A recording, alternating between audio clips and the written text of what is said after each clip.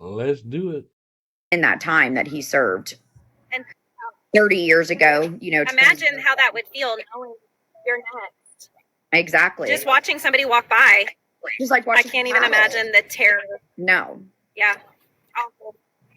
Awful. I had somebody ask me how that they'd been following the case for a long time. They wanted to know how Darlie was doing. Darlie is doing good right now. We are patiently waiting. The Innocence Project and the Dallas County Conviction Integrity Unit is working on her case. So I fully expect that she will be exonerated sometime soon. We just don't have any kind of deadline. So yeah. She wants to talk about the next. Darlie cannot be exonerated unless, by law, she meets actual innocence.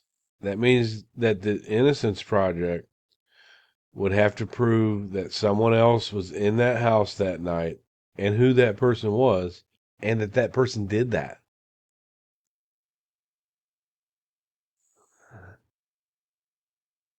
Essa and the Innocence Project. We'll probably get into that in a later episode. Yeah. Yeah, I was gonna say we could do a whole nother episode on that. Yeah, we should. Okay, so we have somebody.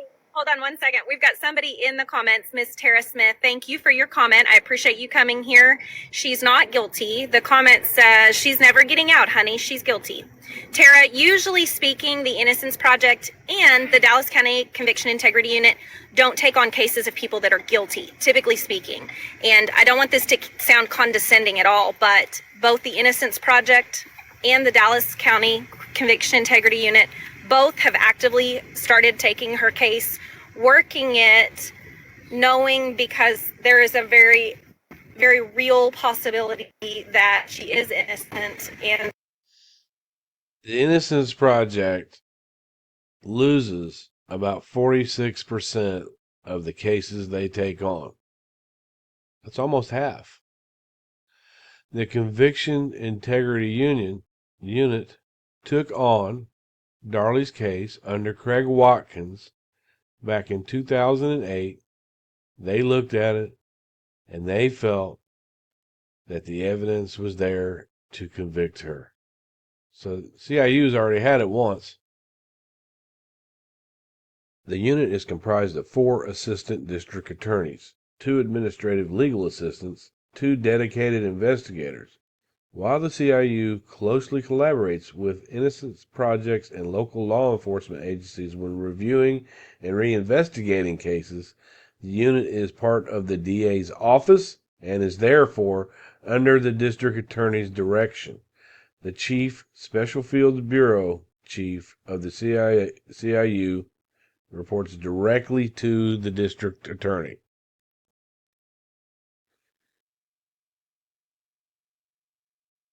You or your loved one may write a letter to the CIU requesting review of the case.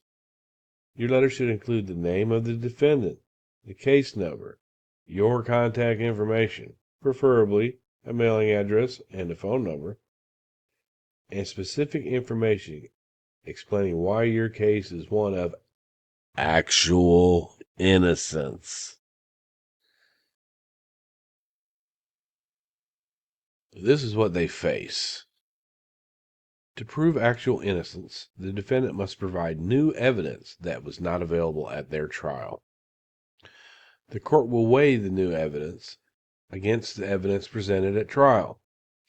If the new evidence is strong enough, such as DNA evidence or a confession, the conviction may be reversed. There is no new evidence in this case. It's been looked at and looked at and looked at and looked at and looked at and looked at. There's no new evidence. It seems like they depend a lot on 85J, the fingerprint that was found on the glass table. And according to reports, the place that is fingerprinting it, I think his name is Marvin Martin, the place that is looking over that fingerprint, is that most of it was destroyed by previous testing. However, back in 2019, they did say that they have pictures of the fingerprint that they can compare with what's left of the actual print itself. That doesn't sound very likely to me, to use pictures of it. In fact, supporters criticize FBI profiler Alan Brantley for basing his opinion on the stand by only looking at pictures. He did not go to the scene. She is innocent, and she very much could be out before the end of the 2024 year. So, and you are, but she has an opposing opinion, and we're really trying to make a safe, kind space for people to discuss this. If you think she's guilty, tell us why. And we might be able to debunk some myths. There's been a lot of stuff in the media that's been repeated, that's not true, that's kind of thought. Such as, the necklace was so far embedded into her wound that she had to have it removed surgically. That's one of the lies that you guys run with. Like this is a grand jury does the indictment. Hey, Arabia. So, what that means is there is a group of people who serve for like a year or and once a month or at some point they go in and they look at every docket, say that month that's come in, and they sit in a room. They don't look at the docket. They don't just go through the docket. That means you've already been arrested and you're going to trial. That's the docket is a list of upcoming trials. They don't look at they don't base the grand jury on a docket. They base the grand jury, the indictment for the true bill, they base that on the evidence that prosecutors put forth. And the grand jury's task is to look over the evidence and see if there's enough for you to actually be charged. If it's a docket, if you're already on the court's docket, that means you've already been charged, right? So they look at the evidence to be sure that they can indict.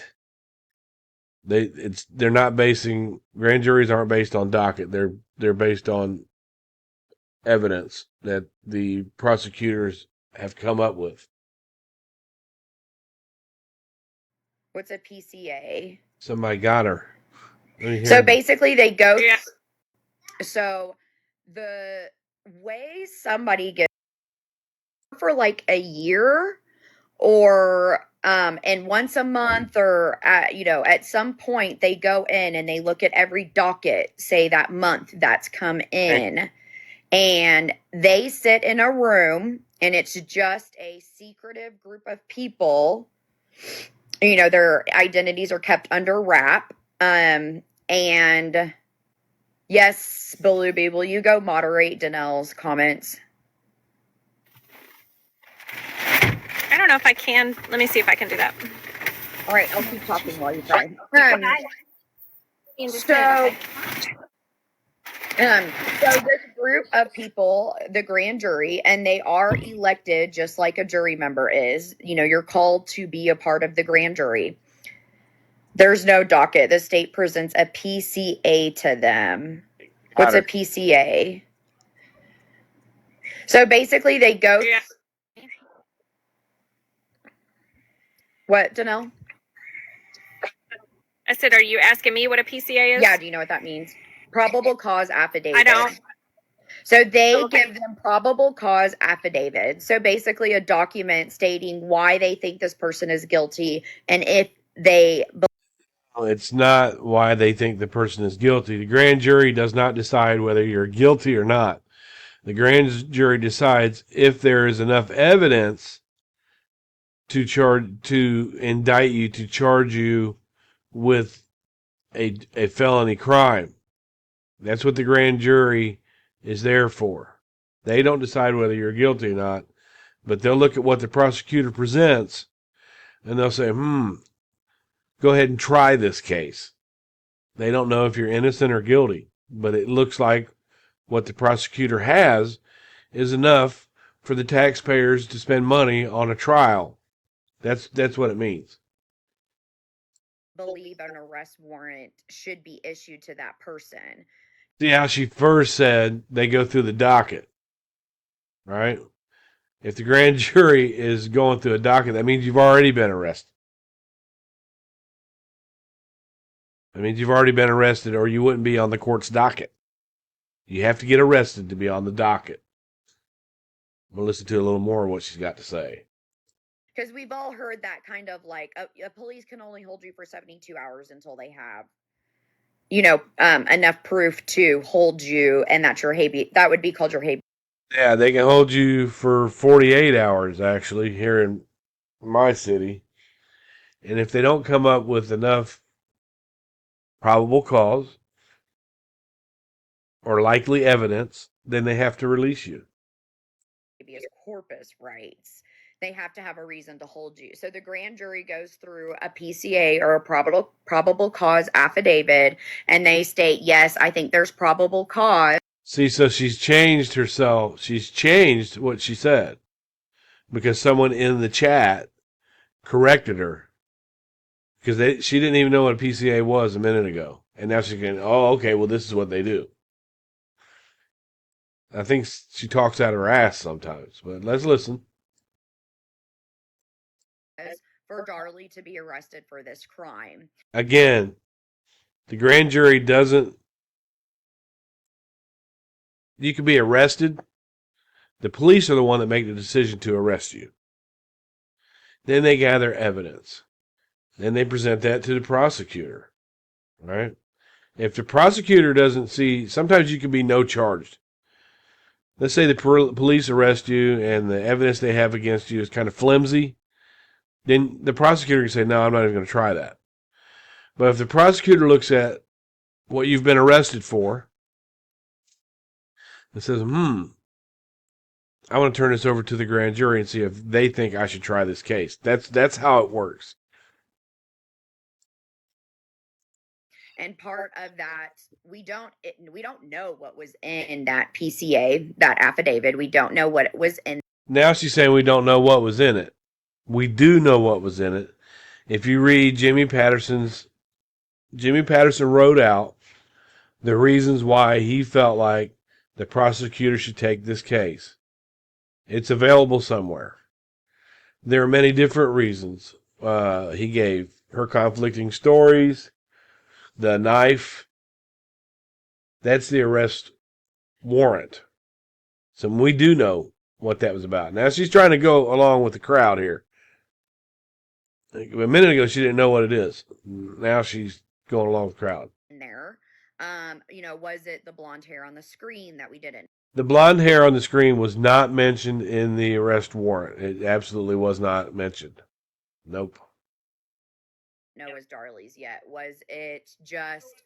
I will tell you that we were told by the people involved in her case that she was indicted on the hair in the screen, which had not been DNA tested yet, and the fiber on the bread knife. And then And Jimmy's, let me see if I can find it. Now remember,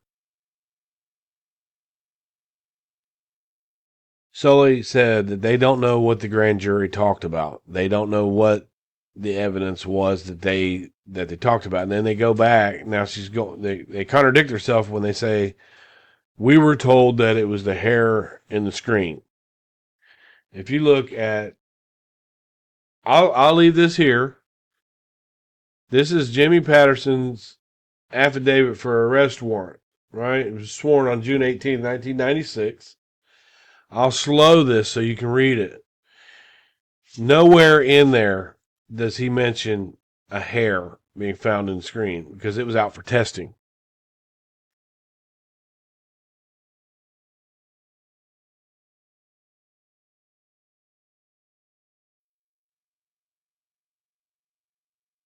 You can pause to read this.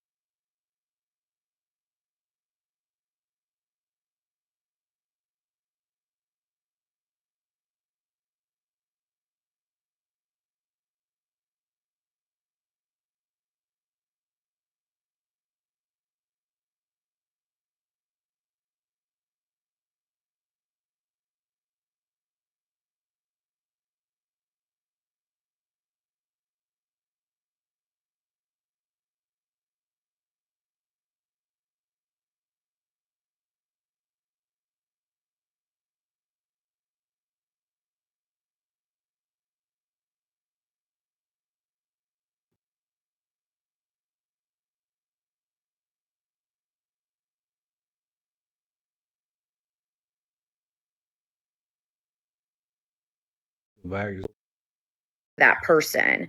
Because we've all heard that kind of like a police can only hold you for 72 hours until they have, enough proof to hold you, and that's that would be called your habeas corpus rights. They have to have a reason to hold you. So the grand jury goes through a PCA, or a probable cause affidavit. So she changed her stance from they go through the docket because somebody corrected her. Now she knows all about a PCA. She just changed her stance. And they state, yes, I think there's probable cause for Darlie to be arrested for this. The grand jury does not have to come up with probable cause. Again, that's for the police to do. Generally, you're already arrested, but I'm not going to go through that again. Crime, and part of that, we don't know what was in that PCA. You don't even know what a PCA is 30 seconds ago. No one knows what reasons that the grand jury will indict you on. They don't know the reasons. You know the reasons for the arrest. What I just showed of Jimmy Patterson's, that's the reason for the arrest. He believed she was guilty of capital murder based on these reasons. He turns that to the prosecutor. The prosecutor does a report, and they send it over. They can arrest her based on that. Then they'll hold her. Then the prosecutor sends a report over to the grand jury. She's sitting in jail. Okay, now you've been indicted. They don't know the reasons why you've been indicted. The grand jury doesn't give a report on why. They base it off of the arrest report and the prosecution report. Affidavit, we don't know what was in there. Now listen to her say, we don't know what was in there. Was it the blonde hair on the screen that we didn't know was Darlie's yet? Was it just... I will tell you that we were told by the people involved in her case that she was indicted on the hair in the screen, which had not been DNA tested yet. See, they were first talking about how the grand jury is secretive people. They keep it under wraps. So no one told Danelle the reasons why she was indicted. We won't know the reasons why the grand jury chose to indict her. And you can see that the blonde hair was not even written in the arrest report. I think they found out fairly quickly that blonde hair belonged to Sarah Jones, a RPD officer. I think they found that out pretty quick. And at first they felt like that it could have been Darlie's. It was similar to Darlie's. It was bleached blonde hair. So they checked it. I'm sure they were hoping that it would have came back that it was Darlie's hair, but they told the public the truth, that was not Darlie's hair. Yet, and the fiber on the bread knife. And then the fiber on the bread knife was certainly written up in the arrest report. It sure was. What they would have also probably used the Sully string. Probably. First she said they were told this and that, and now probably. You're not anybody going to be told why a grand jury indicted you. They just submit a true bill. We believe there's enough evidence here to charge you with this felony. Period. And then they would have tried to point out whatever inconsistencies they felt she had in her statement. The inconsistencies in her statements were one of the things that she was arrested for. But see, she said she was told by people that were involved with Darlie's case. Why would these people that wanted to charge Darlie with a felony go and say, well, this is why we did it? Grand juries are very secretive. And that's why she said, well, we were told, and then she goes into probably, and then they're looking at that she's not consistent. But the evidence itself that she was indicted using was the fiber on the knife and the hair, and that came from her legal team. That was what she was. Okay, they said that came from her legal team. Again, The grand jury does not write a report. They don't. They just vote based on the prosecution's presentation and the arrest warrant presentation. They vote, yes, go through with it. And there was nothing in the prosecution's report about the hair, and there was nothing in the prosecution's report or the arrest report about the hair. So how could they base it on the hair in the screen if they didn't even fucking hear about it? Was indicted on. That was all they had at that time. Nothing else had been processed or had been resulted by that point. All right. The hair had been resulted. That's why that the prosecution backed off on that fairly quickly. As a matter of fact, it was in the Dallas News, in the paper. Hey, the hair did not belong to her. Somebody in my comments is saying that's not accurate. It absolutely is not accurate. If you look at the prosecution's report and you look at the arrest report, that hair is not mentioned. So if it's not in either one of those reports, how's the grand jury going to know about it? So tell us what you think. There is no transcript. There is no transcript of that. They don't do a transcript of grand jury indictments. If they don't do a transcript of grand jury indictments and her lawyers didn't sit in the grand jury room with them, then how can they come and tell you that?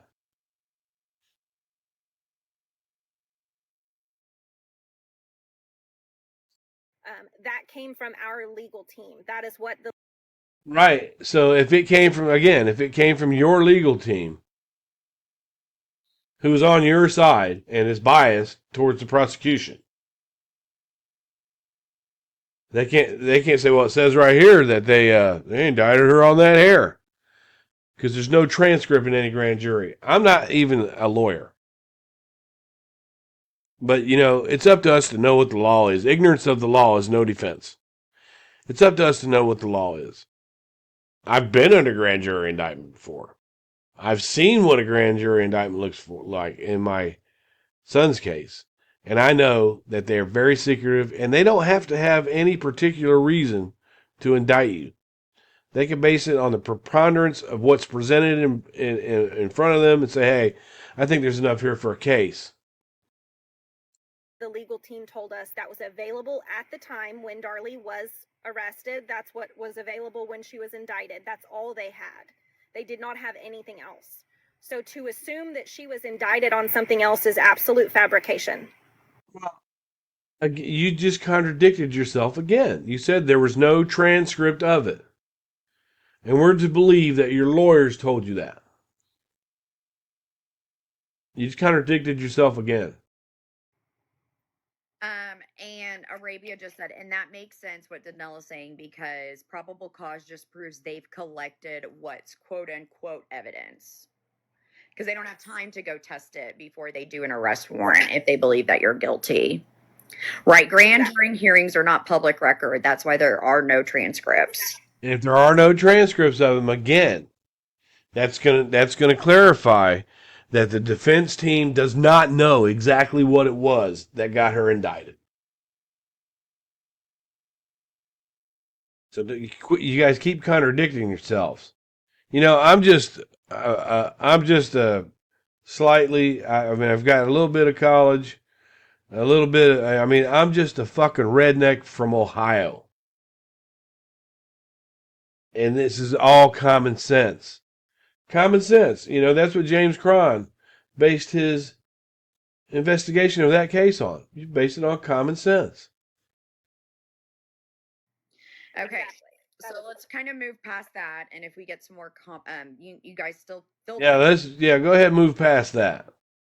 Free to comment, and we'll pull questions. But so the grand jury basically indicted her, said we believe that there's probable cause for her arrest warrant. So her indictment was handed down on June 18th, and that day they signed her arrest warrant, and they called Darlie and Darren, her husband, in.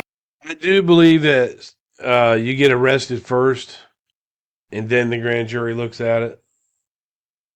That's the way I do believe that it works. I could be wrong in this particular case, but I think you get arrested first, and then they look at it, and if the grand jury says there's not enough here, or even if the prosecution says there's not enough here, then they no charge you and kick you out of jail.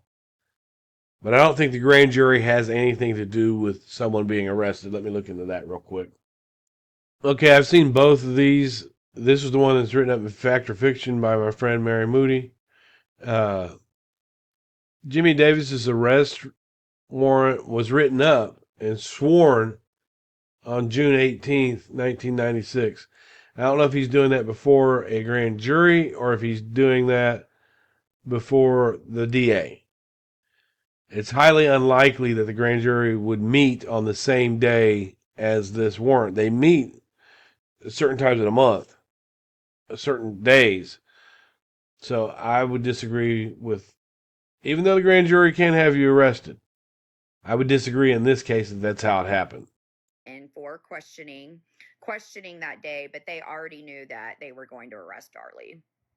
However, Darlie and Darren went in just thinking, we're just no. We're going to ask questions. Yeah. And Darlie had participated and answered all their questions. They were always willing to do interviews with the police. They had done several. They did. And Darlie and Darren both, none of us had any idea that they were looking. Because if the police tell you to come down to the station, they want to talk to you. If you refuse, you look guilty. So saying that they cooperated and they did everything that the police wanted them to do, it's because they had to. They didn't have any choice. Just like she had to pick up that phone and call 911 immediately. She had to, or she would look guilty. Remember, they cooperated, but in their first initial written statements to the police, they lied to them. According to Darren's affidavit, they lied to the police. They lied about having an argument that night, about asking for a separation. They lied. That's not cooperation. Even remotely looking at Darlie, like that never even crossed our mind. Because your mom found out on the news. Weren't you with your mom when you guys saw it on the news? Yes. Yeah. She was with her. Darlie Key says that I found about it on the 10 o'clock news that they arrested my daughter, and my youngest daughter started screaming. I remember that. And you guys had no idea? No idea. So She's never been back home one day since they took her that afternoon or that evening. You have never seen her, touched her really again. Exactly. We were in the living room. My mom was in the kitchen. I think she might have been washing up dinner or something. Darlie and Darren had just left and had gone to the police station maybe a couple hours before, maybe 2 hours before. And the next thing I really remember specifically, I think I was working on a craft, or I was using a paint by number or something. I was sitting in the kitchen, in the living room. About 12. You were 12. I was 13. 13. Okay. Yep. So I would turn 14 that October, but I wasn't quite 14 yet. So I was doing something in the living room, watching TV, and everybody had the TVs on, and that was just part of it back then. And the news came on, 5 o'clock news. They actually might have broken in through the regular broadcasting, to be honest. They broke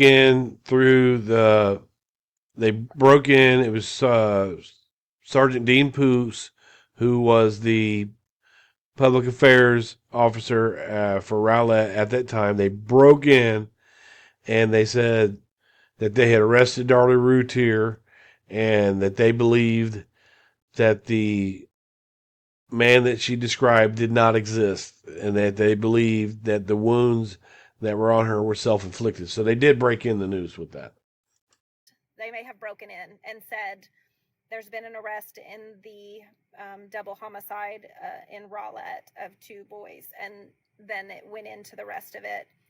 And it was shocking. Like at that point, whenever we heard there's been an arrest, we immediately got up and we're standing right there at the TV. Like, how did they not call us on this? Why didn't they tell us they had the person that did this?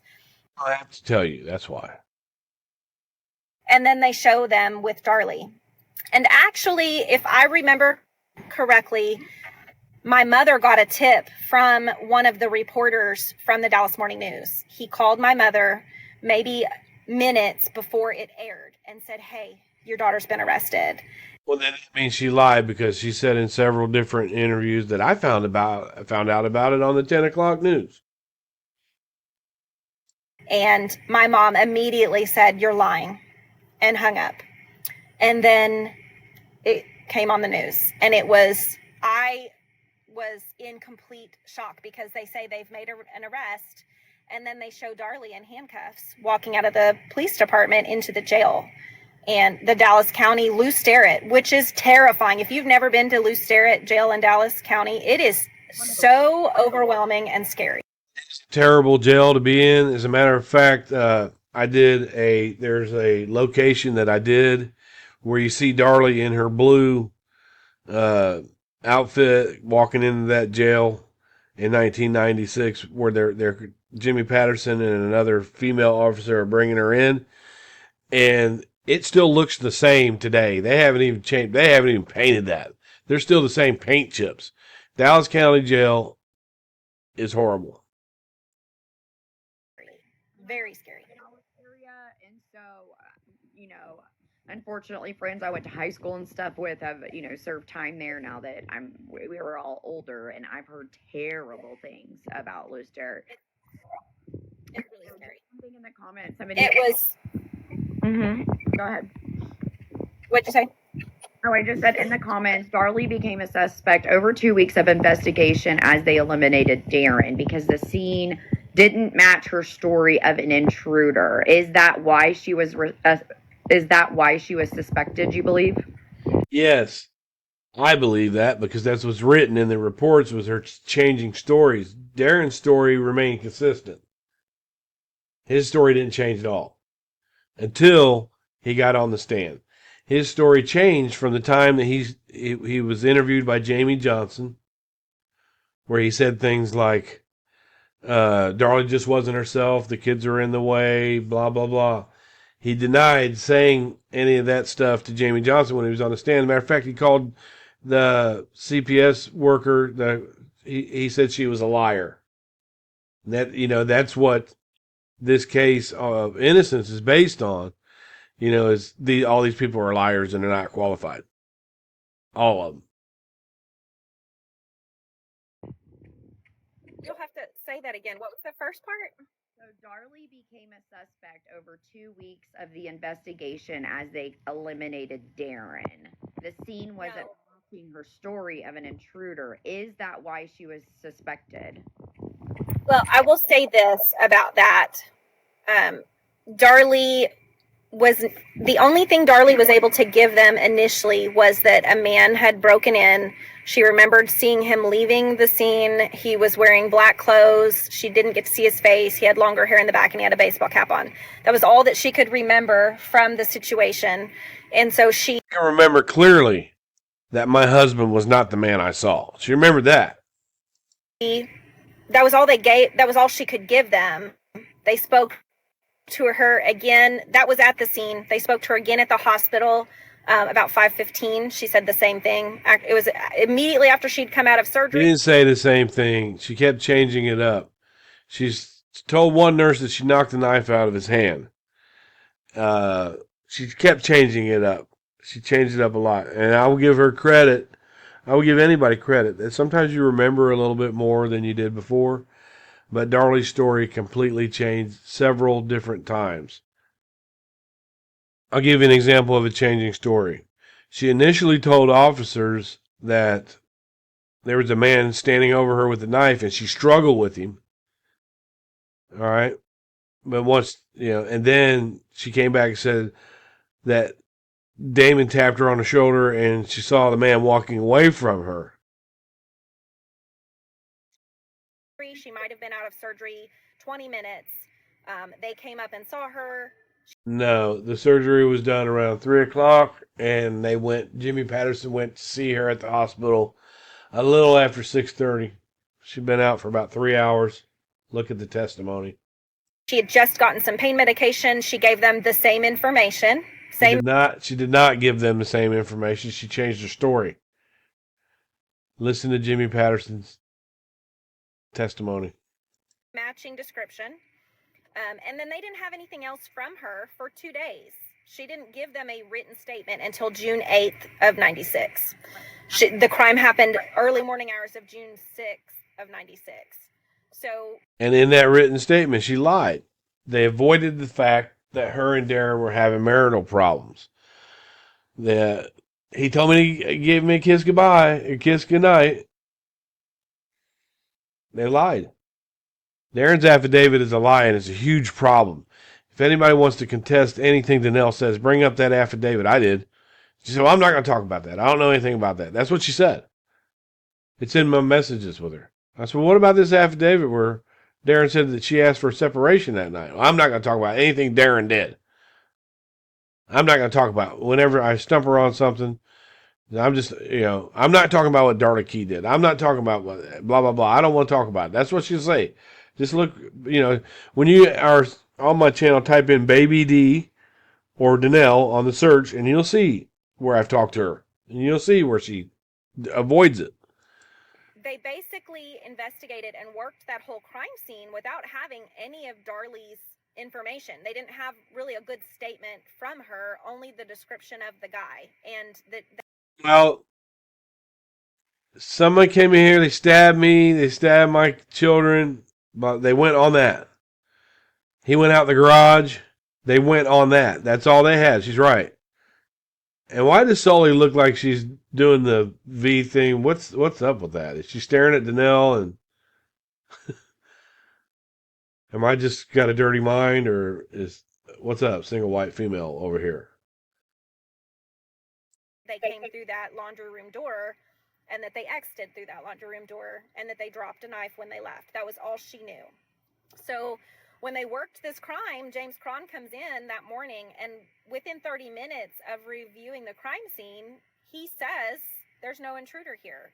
So those to this day, you still don't have proof of an intruder. James Cron wasn't the only one that said that. They didn't believe it. Jimmy Patterson felt like it was an inside job as soon as he went out there and looked. Policemen, the investigators, the crime scene technicians, worked that entire crime with the suggested thought that Darlie was responsible. The only thing that they ever did to rule Darren out was Darlie said it wasn't him, and they talked to him at the hospital, but it was a very short amount of time that they talked to him. It wasn't a very short amount of time. It was they stripped him down nude and took pictures of him. And what are they supposed to go on? If Cron said there was no intruder, then why are they out in the back alley looking for stuff? Why are they talking to Angel Rickles? Why are they looking other places? Why is she posting that it was Jimmy Patterson's son? Why is she posting that? They didn't verify or validate anything having to do with Darren, and I do not think Darren is involved at all. At all. You don't think he's involved at all? What about his affidavit where he asked multiple people? They did not look at anybody else. And to say that they looked at Darren is kind of a jump, because Darren says it himself in one of the shows. He says, I was the first suspect. He says it himself. Who are they supposed to look at? If Darlie can't give them a description, who are they supposed to look at? Chad Patterson? Barry Fife? Ben Clayborg? they knew where he was. He was upstairs, and Darlie said it wasn't him. So that was all they needed. That was all they needed to rule Darren out. But nothing else Darlie said they would put any weight on at all. And her story never changed. Story changed a ton of times. Danelle, you are a fucking liar. There's a lot of conflict about whether or not she wet towels or not, but she didn't really put the details of what happened after the cops showed up. Neither one of them mentioned the wetting of the towels at all until they came back. See, in Darlie's first written statement, she didn't write that she went to wet towels. She didn't even write that she, would help Darren. And in the 911 call, she's setting up the stage for it wasn't me. Who would do this? Who would do this? Who would do this? Is anybody in the house with you? No, it's me and my husband. He's helping me. The first responder said that she wasn't helping at all. And I'm more inclined to believe the police. There was no diluted blood, no water on the floor, no wet towels. They didn't mention that at all until they saw that the sink was removed. So she didn't give every step after, when she calls 911, then everything is recorded on the 911 call. And she was allegedly wetting those towels during the 911 call, and you do not hear water running. You don't. It's hard to... It doesn't make a whole lot of sense to say, well, then I went to the sink and I grabbed 6 towels. 2 of them were green and 1 of them was white. And then if it makes sense, for her to be specific about what Darren said to her, that they talked about things. Some things were specific and some things were conveniently left out. She didn't mention wetting the towels to anybody in any statement, to any police officer, until she realized that sink was gone. Wet 2 of those towels and gave them to Darren for Devin. And then I came back to the sink and I grabbed 2 more. She didn't do that because that wasn't relevant to the crime. And she didn't know that she needed to defend her every step. She just gave them the basic details that she remembered. And that was it. And because she didn't include life-saving measures that she performed, people... Perform any life-saving measures. She said, I put a towel on his back. That's not a fucking life-saving measure. A life-saving measure is what Darren did when he blew into Devin's chest. And Darlie was right next to him. People tend to go back on that and act as if she was responsible for it and changed her story and did this and did that. And that's really not the case. It's a stretch. Remember that when you've been through a chaotic, traumatic event like that, sometimes your memory does not, we just talked about that in our last episode of our podcast, Kitchen Table Research. There is traumatic amnesia. Agree that there is traumatic amnesia. I do agree with that. But the thing is, Darren went through that event with her. He was down closer to the boys than she was. Darlie doesn't even remember being stabbed, so how can she have an amnesia on that? You know what I mean? She felt no pain, her mother said. Darren's story stayed consistent.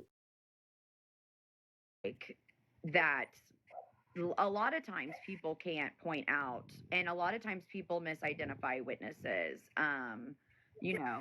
There have been whole cases. How do you misidentify a witness? I think she meant they misidentify perpetrators. That have been based on eyewitness testimony, and we know how bad it is. So I feel like they do a lot of... Yes, eyewitness testimony is bad. There was a black car. It is bad. See, and they say, well, they never looked for this car. But nobody that mentioned the car, nobody, Karen Neal, Beja, Helena, nobody mentioned what kind of car it was, what year it was, what the plate number was. Nobody mentioned what kind of car it was. So what are they supposed to look for? Every black car in Dallas? And her not being able to describe him. It is... You sure described him pretty well in those fucking letters. Glenn Mize, Gary Austin. I know who did this. I know what happened in that house that night. Her memory came back real quick, and they threw it back to her during the trial, and her only answer was, how did you get these? Isn't that illegal? If you read everybody's statement that was at that scene, every single person that wrote a statement, it's all different. And that's realistic because everybody's... Yeah, because everybody's statement was different, but that was coming from an individual person. You don't have the same person giving in different stories.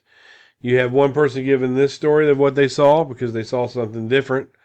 You used to have another person giving a story of what they saw because they had saw something different. And you give another responders, they all did different things and saw different stuff. Their story stayed the same. Darlie's did not. Sees things through their own lens. You know, they have different life experiences and different understandings of what's going on and different personalities and different outlooks, and that's expected. But it was unfortunate that because all those other people told the stories differently, that almost made it look like Darlie was changing her story. But They were going on what Darlie said, not on this story, not Joe Blow down the street there. Darlie's story changed. Go back and read that arrest warrant. it was those people retelling what they remembered, not retelling Darlie's story. And it really kind of got twisted around that Darlie had all these inconsistencies, but she really didn't have inconsistencies. Did she have some things that kind of developed through her memory, kind of coming to about picking up the knife and different things like that? Nothing changed, though. There was things added, like as she remembered them, Right. but the story never changed. On the couch with an intruder, and then she says that he's sitting on top of her. Then she says she fought with him at the end of the bar. Then she says that Damon woke her up, and I think that's the inconsistencies that people speak of. But they're inconsistent, duh. Either Damon woke you up, not Devin, or you were fighting with the intruder, or he was on top of her. It's either or. what if all that stuff did happen and intruder did try to unalive her, and her memory just mixed the entire chaotic scene into one, and then like you said, you do have dreams about it, and you're trying to figure it out in your brain. And a lot of people have said, she wrote letters from jails, saying, I know who did it, it's this person. But I just think Darlie thought and gave the state more credence and thought they were really looking for the actual intruder when they really. If she's sitting in jail and writing letters, they're not looking for the intruder anymore. Duh as fuck. We're not. 100%. That is correct. And so she never said to anybody that she was fighting the intruder at the bar. That came from Officer Waddell. I don't know what part of the story he got that. She just said that they struggled. She said they struggled and they didn't struggle. That from because Darlie and his conversation is all captured on the 911 call. And she doesn't ever say, I fought with the intruder at the end of the bar. She never, or the end of the island. That never was part of the conversation. He kind of put that together himself. He may have spoke to her more after the 911 call was off. He did speak to her more after the 911 call was off. There's this story that David Waddell walked in there and threw up immediately. That he went into, when you go in that house, there's a small foyer before you get to the Roman room. And just off of where Damon was found up against the wall, directly across from that is a full bathroom, actually. And they said he went in there and threw up. You don't hear any of that on the 911 call. From what he remembered from his conversation with her, that was how he interpreted it. But Darlie's story has consistently, or they're wrong, but everybody perceives things differently. Waddell, and this is something me and Arabia talked about yesterday, when Waddell responds to that call, he's responding to an unknown medical emergency. No, he's not responding to an unknown medical emergency. The reason that he left Victory Baptist Church parking lot is because he heard there was a stabbing, not an unknown medical. Go back and listen. At 2:30 in the morning. Right. So to me, you're thinking, oh, somebody probably had a heart attack in the middle of the night. He didn't know he was walking on a crime scene. No, he knew that it was a stabbing. That's for sure. And feel free to correct me if I'm wrong under my comment section. You know what I mean? I don't know exactly what he heard when they dispatched the 911 call. I don't know exactly. There was a stabbing is what they heard. Because remember, Darlie said he came in, he stabbed me, and he stabbed my kids. That's what was on the 911 call. That's what was put out. Exactly what the words were.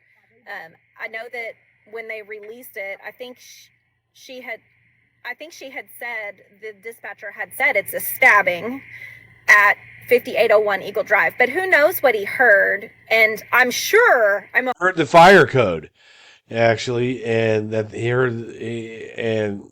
heard that it was a stabbing. That's why he rushed over there he didn't even call in and say, hey, I'm headed over there. He just went over there.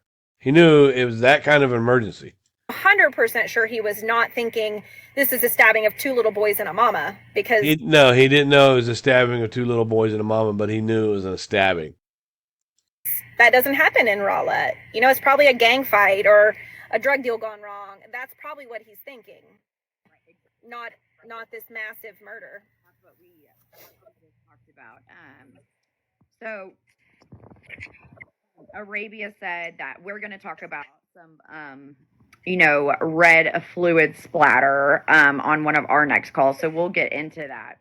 And then Christy, who did work at the Kerr County Jail, she said Kerr County was nice, but she said jail isn't supposed to be a picnic.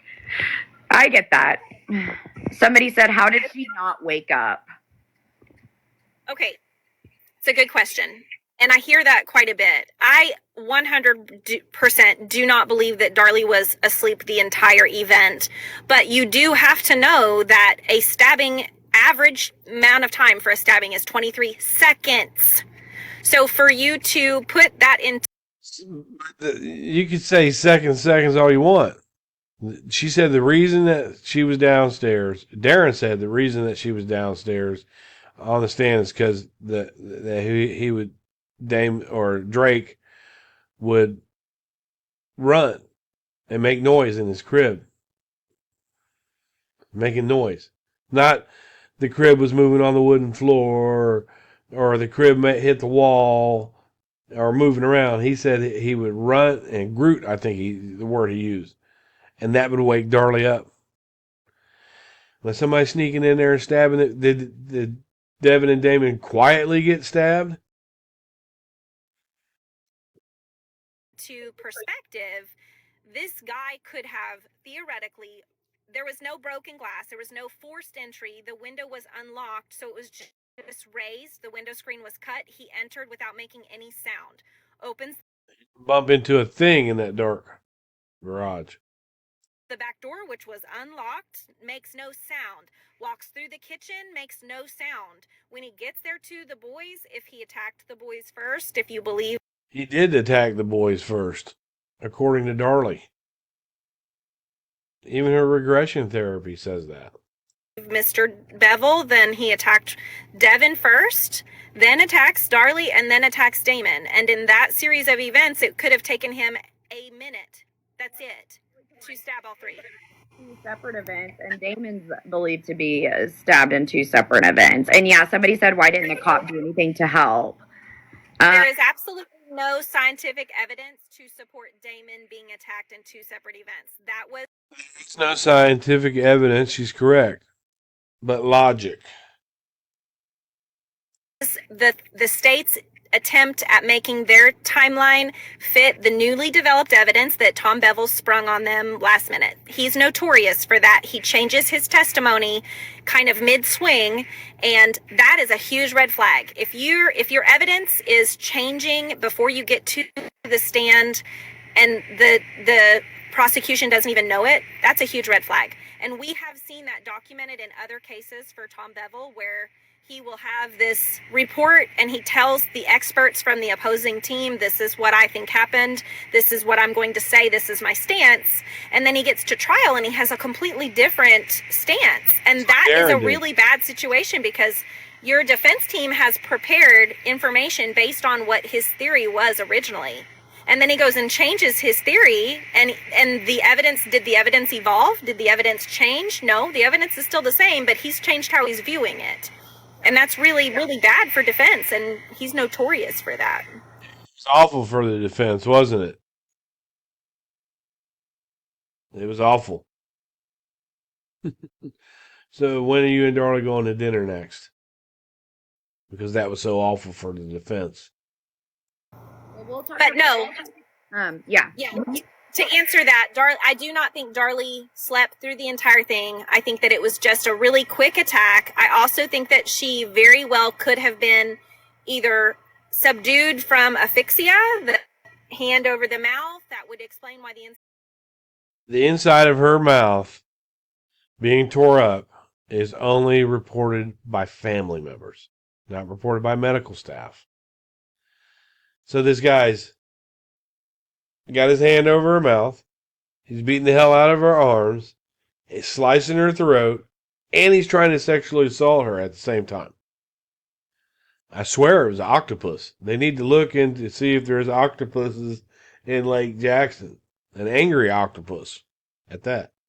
inside of her lips were all tore up and looked like hamburger meat. Her mouth was so sore. Yes. She had scratches right under her chin. She had one on her cheek. She had some bruising. She had bruising on her neck, too, which, could she have had some kind of... She didn't have any bruising on her neck. It depends on what book you read. If you look at Media Tried, Justice Denied, there's bruising there. But those are Photoshop pictures. kind of strangulation? I don't know. There wasn't a ligature, but... An arm right here on her, but we've talked about this several times. The pictures are so hard to tell what's a shadow and what's photography at the time, and them taking it under the fluorescent lights in the hospital with all the shadow casting and stuff makes it really hard to.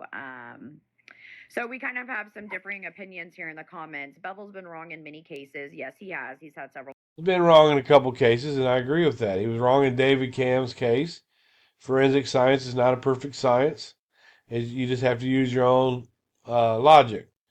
Bevel has been responsible for exonerations as well.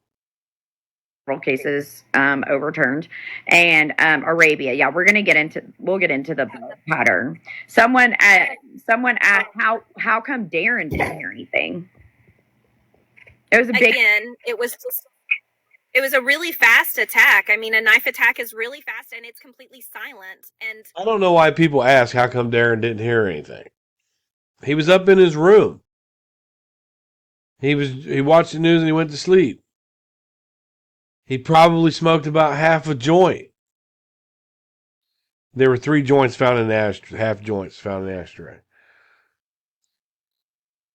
I don't expect him to hear anything.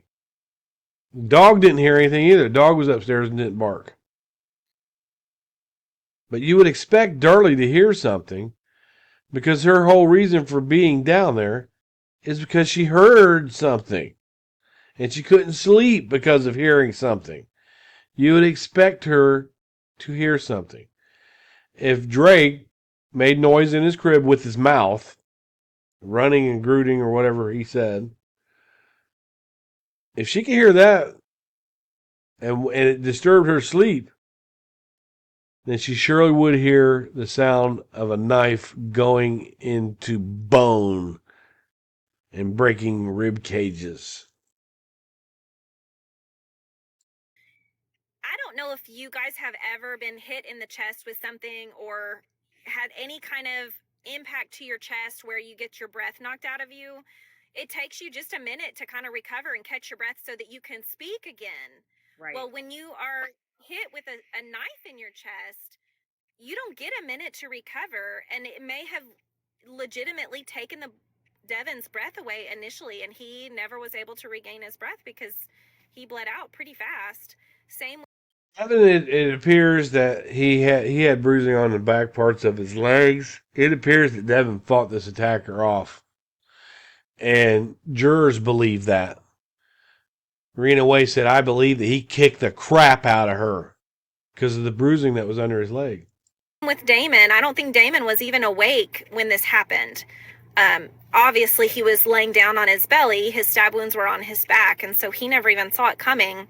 When he did stand up and push on Darlie's shoulder, then she remembers coming to in a panic, and she felt very scared, like very panicky, but she didn't know really what was going on. She was able to say, "Mommy, mommy." I wasn't able to say anything. Okay, I'm going to end that here. I'll go through a little bit more. Please comment.